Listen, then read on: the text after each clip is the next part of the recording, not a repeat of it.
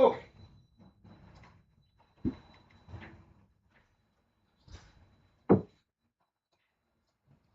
So baseline grid basically appears. It is there whenever we create a text box. It shows us where text is going to sit on that, right? So back in Figma, let us draw a frame, any size. We're going to draw any size frame. I go ahead and create a piece of text as well.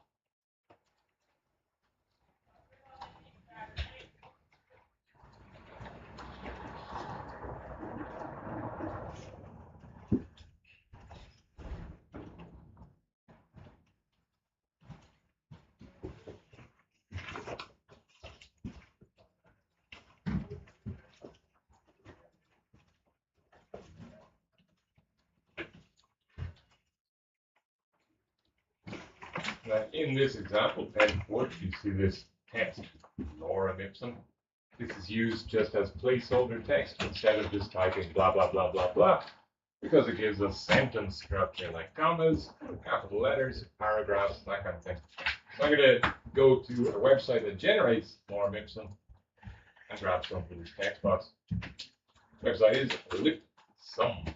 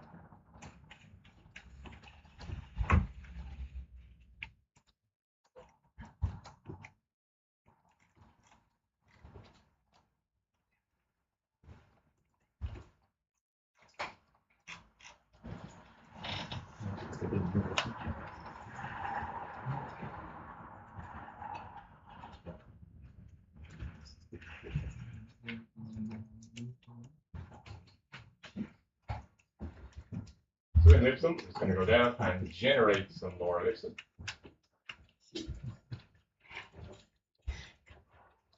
Right here, generate.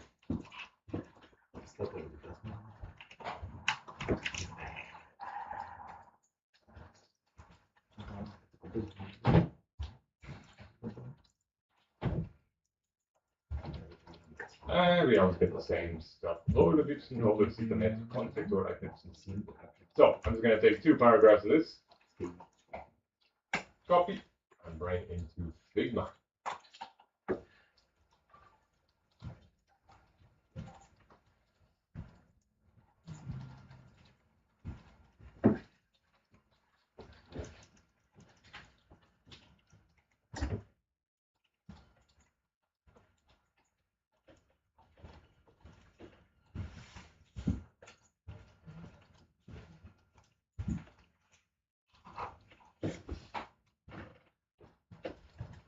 There's our standard baseline grid.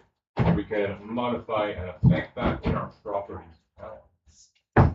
Things like line height, space between lines, letter spacing.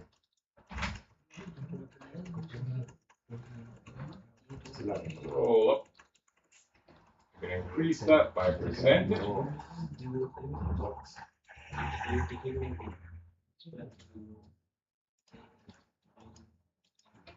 Or I can just type what I want. 180%, why not? Ooh, lots of space. No. Yeah.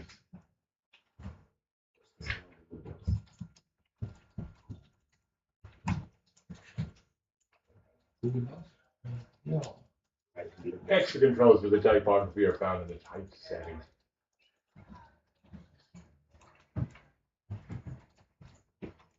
There we can find stuff like adding more space between our paragraphs. That way.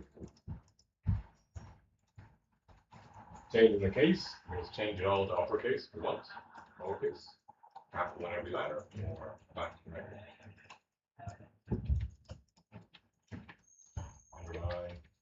rule, all the standard Microsoft Word stuff.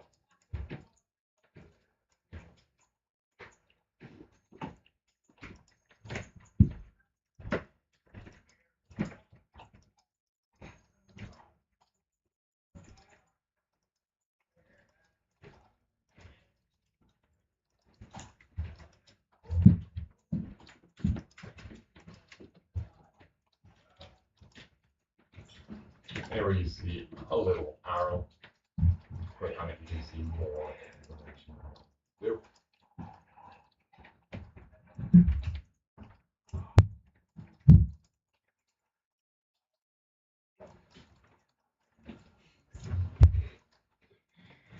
And then useful little setting when you just want to cut off and click, you can truncate text, meaning the little dot dot dot. If I turn that on, now if I resize all my text, it's going to disappear. Fade off.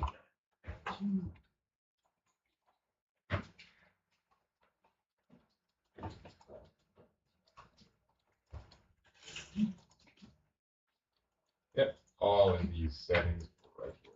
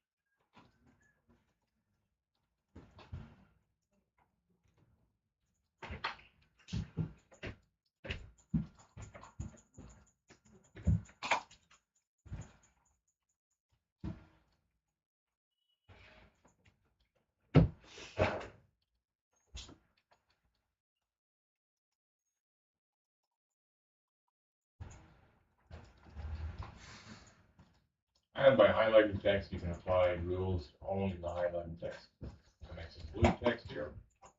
Add some extra bold.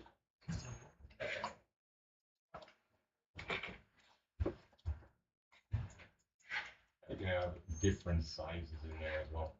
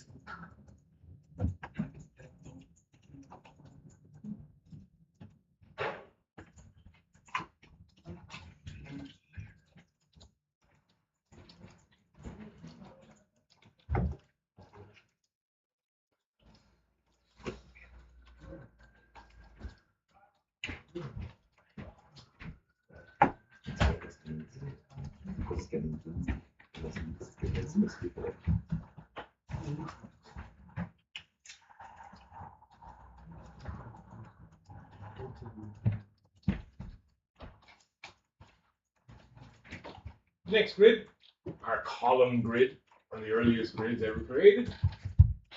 One of the earliest known printings of the Bible, the Gutenberg Press, uses column grid in it. Obviously, they didn't make it in Figma, but it's one of the oldest types of typesetting around. Very commonly used by designers also for app design. So, to create a column grid, I just need to go and I'm going to create another frame over here. Any size, doesn't matter.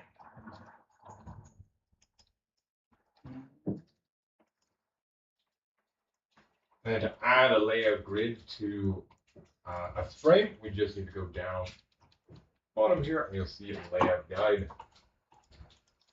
Jungle Plus, add one on.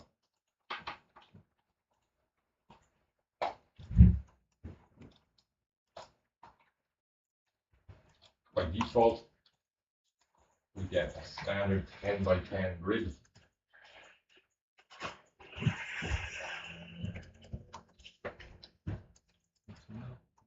Square grid systems are still used in web design, and a lot for news sites, they use perfectly square. It makes it very easy to just start dropping things in.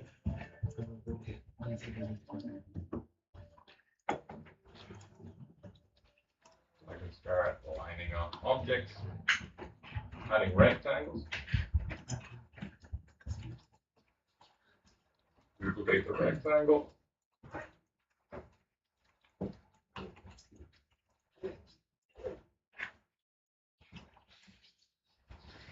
And every duplicate I make, I'm just snapping to these grid lines. Another rectangle.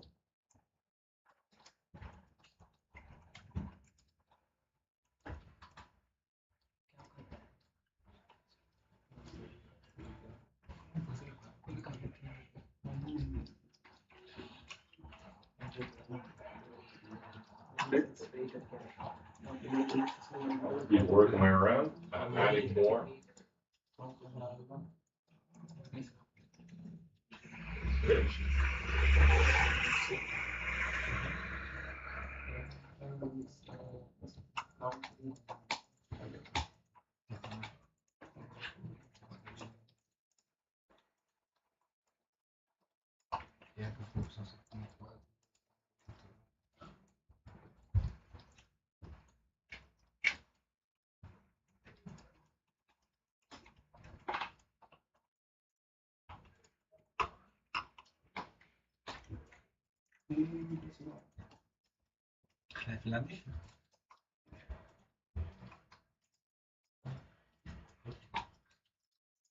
More rectangles.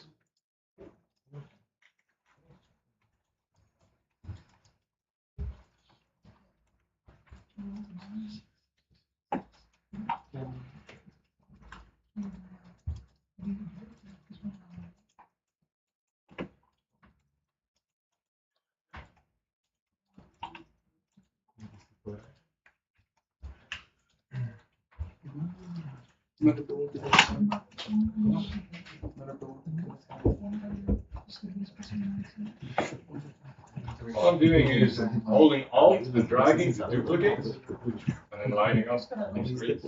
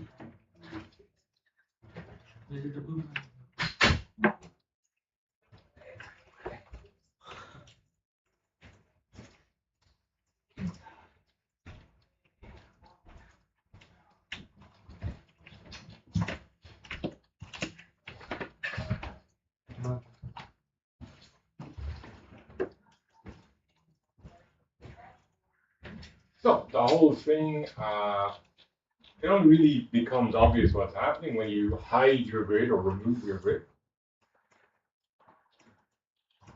Remove a layout grid, same as everything else, just uses a minus to take it away. Or we can hide it by closing that little eyeball there.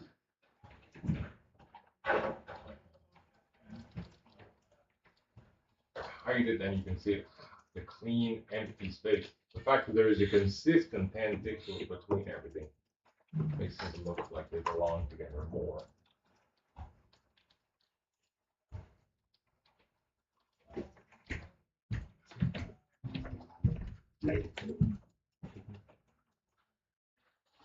But we're supposed to be looking at the column grid, so we're going to add a second grid to this one.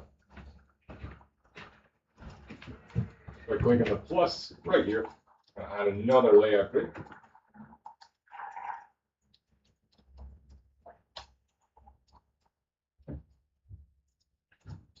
And yet, by default, it gives you the grid.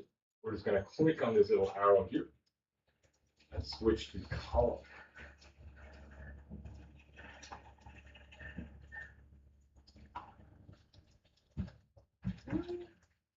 Cool. And to get those settings, click the little grid icon.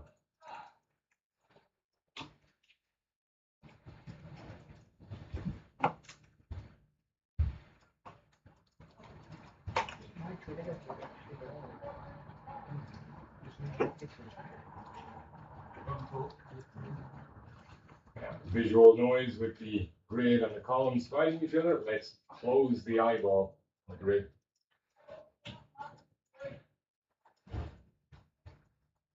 Keep our columns.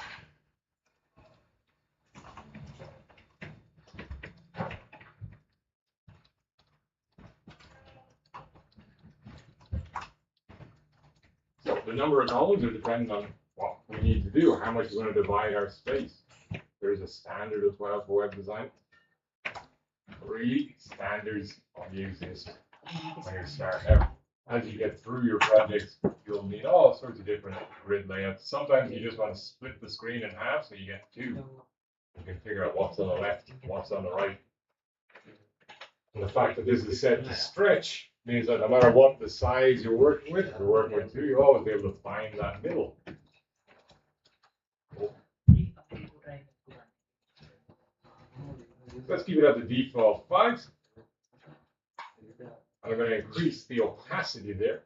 So you can see a little bit here. It's a third. Just so I can see the way it's more clear.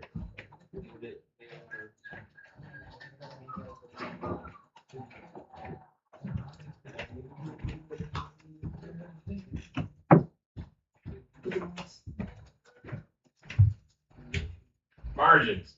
Just like writing, when you're writing, margins are on the edges, left and right edges. In this case, it's horizontal, top and bottom slope. We're going to put some space at the edge. Add some space for our margin. Let's say 10.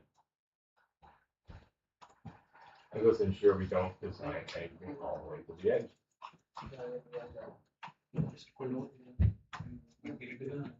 I now change my column grid layout. I'm going to rearrange my objects to fit.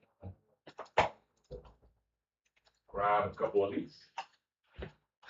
I'll just use them in my column grid layout. Making sure only to work along the grid line. I'm not in the gutter. The gutter is the gap. Never start or end our shapes in the gutter.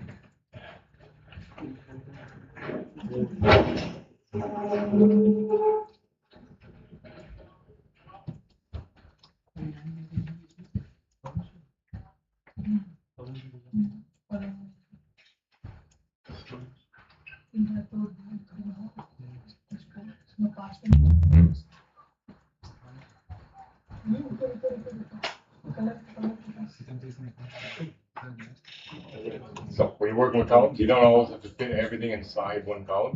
The columns can decide how much space it takes. So it can take all 5 columns width, take only 2, take 3 columns, or just 1.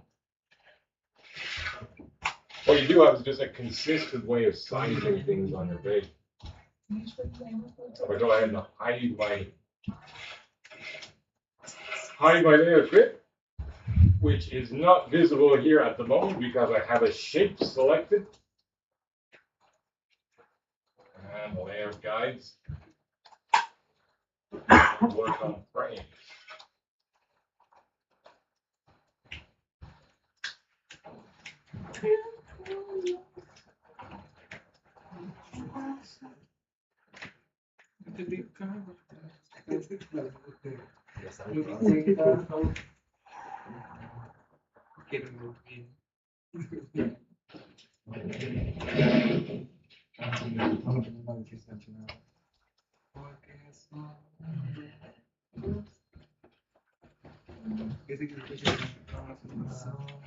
So if I select my frame again, I can see my grids. There they are. I can see what I created. It's the new American flag. It's magic. The un-United States.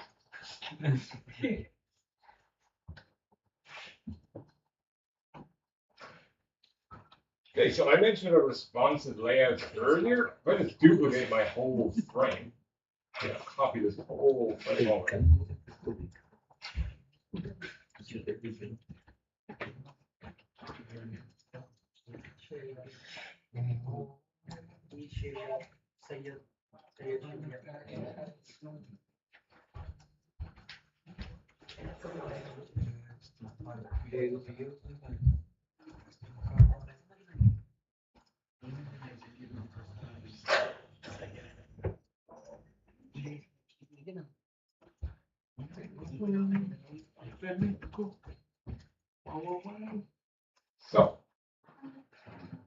remove all the layout guides, this one on top, minus, minus. So as I move and resize this, there are no layout guides. You notice nothing moves with it.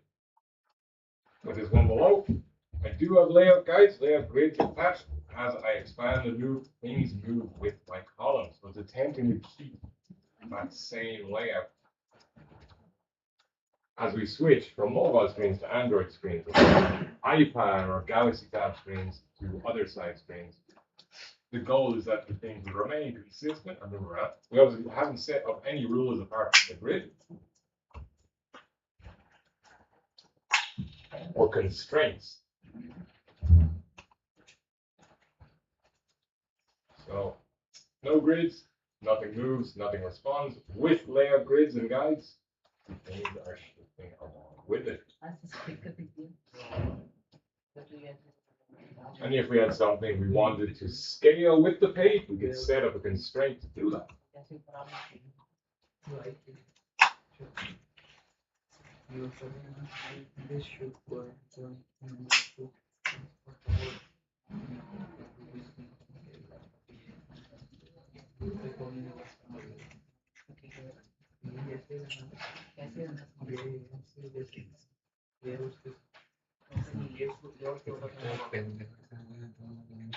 So constraints are rules for responsive design. I'm not going to spend too long on responsive design. We'll come back to it again and again.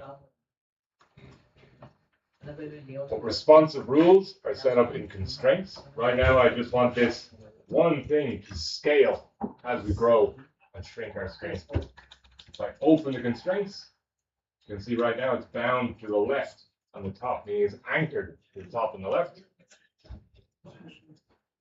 And nothing else. When I move this, it stays there. As I move things down, it stays there. If I change its anchoring left and right to scale,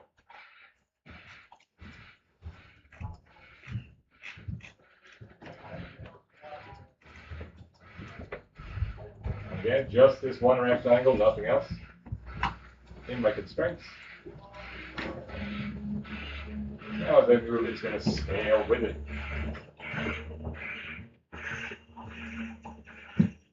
So, like the bar at the top of the screen, the web page, as we scroll up and down, this address bar scales and moves with it. It has constraints built into them.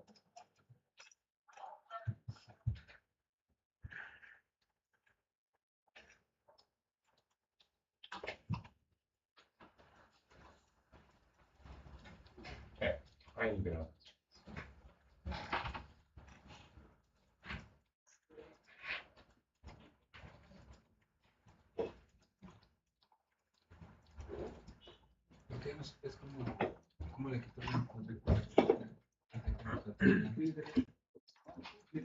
Next grid, the modular grid. It's a column grid with rows, essentially. Extension, you have to add rows to it. So we just go and add another layout grid.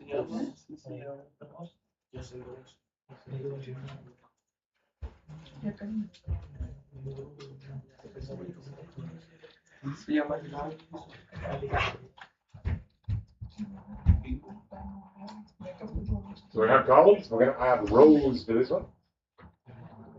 So click your plus and add one more layout guide.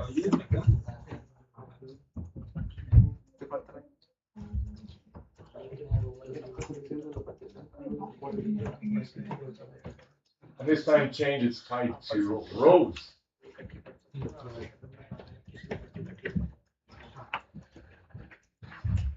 New grid. Rows.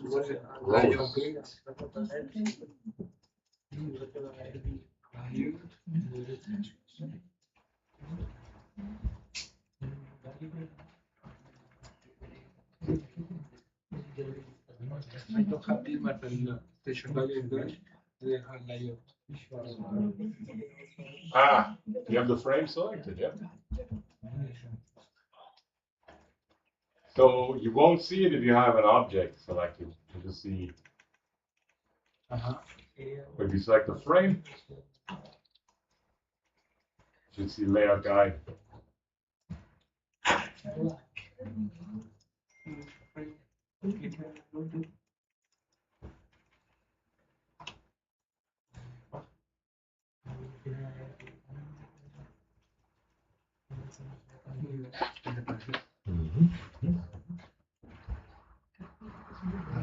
But you did turn on the guides because I can see them. Look on the right. They're there. I think you had something else. All right, thank you. No worries. So in fact, we can delete the grid one. Maybe. And just add a new one. Yeah. Roll.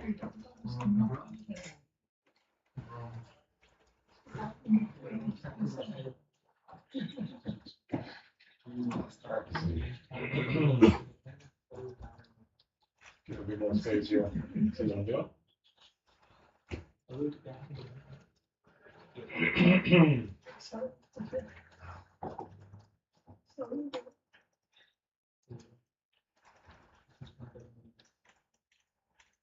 Okay, so I'll just hide my columns so I can just see my rows. Increase the opacity to 80 so I can definitely see them. So 5 red rows in place.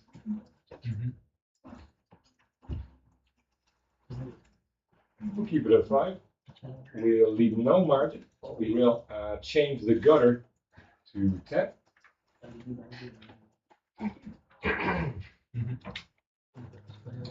I'll bring that back to 20%.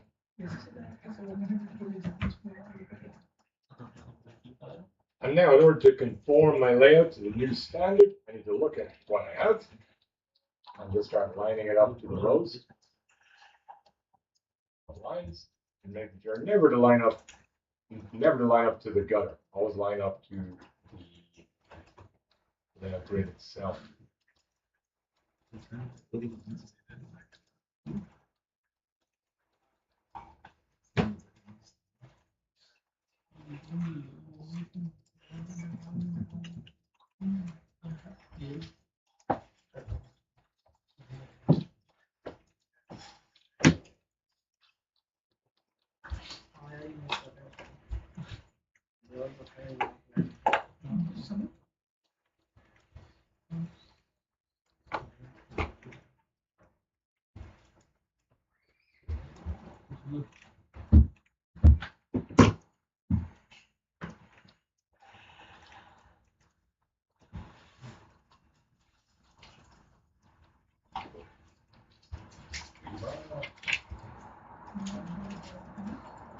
I just get rid of my tools here.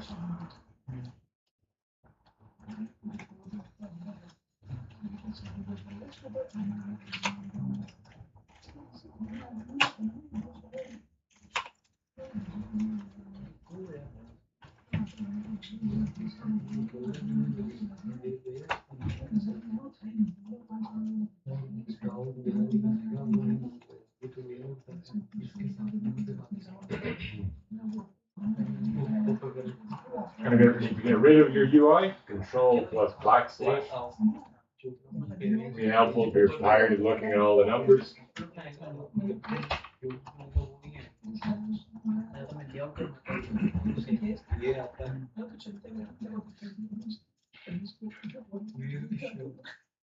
That's all you need to do is just work on it. It can be helpful.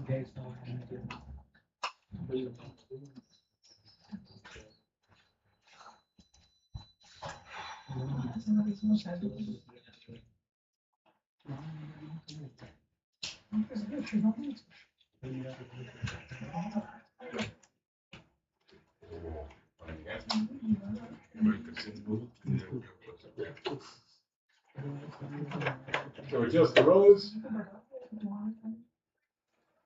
and columns together. And I'll just check and keep it lined up. They are gravy. So that's going to line.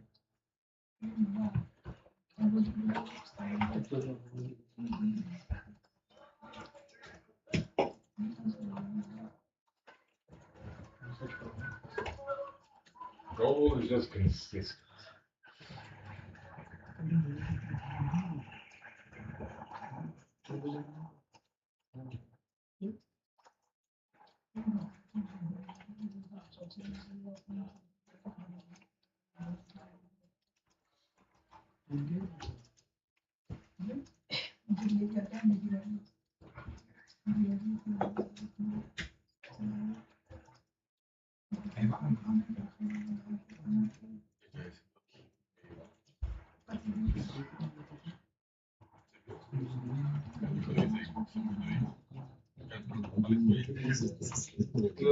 Sí, pero me falta. No, me va a dar para una aplicación en la calle. No sé nada.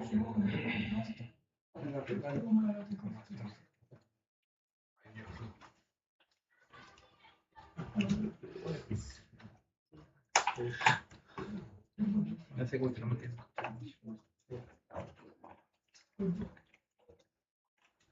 Dame 5.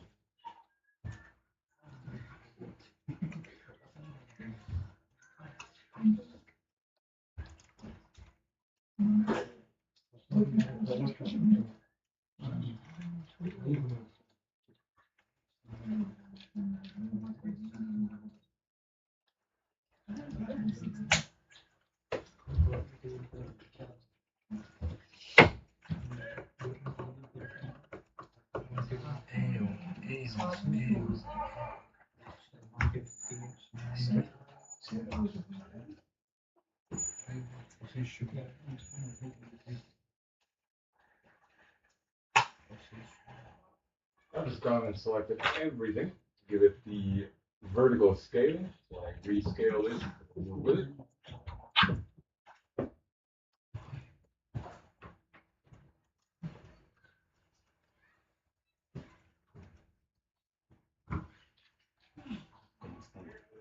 So now we have either of those, rescale, with a mildly responsive layout. I mean, at least it's rescaling the areas. So flushing them together.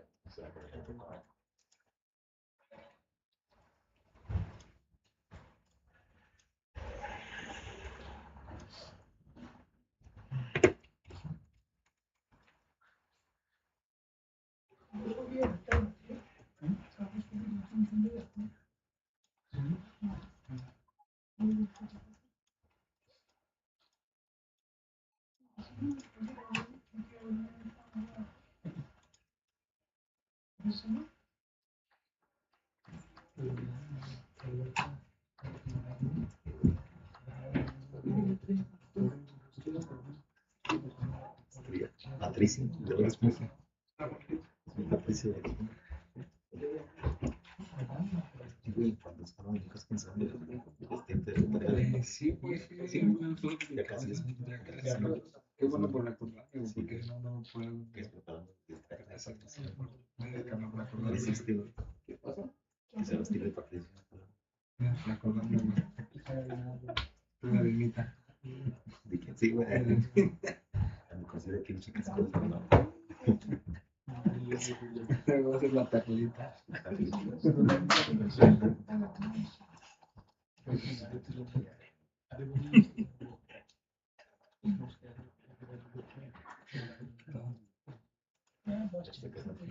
Tú eres el que empieza y después para el chile. ¿Cómo este nombre de raza? La niña chiquita. Estamos hablando de tu nombre, estamos como niña chiquita. De tu nombre, güey, ¿qué tal? Estamos hablando de que estás en medio de que. Qué bonito nombre, güey. Hasta luego, güey, estamos llorando. Te voy a decir,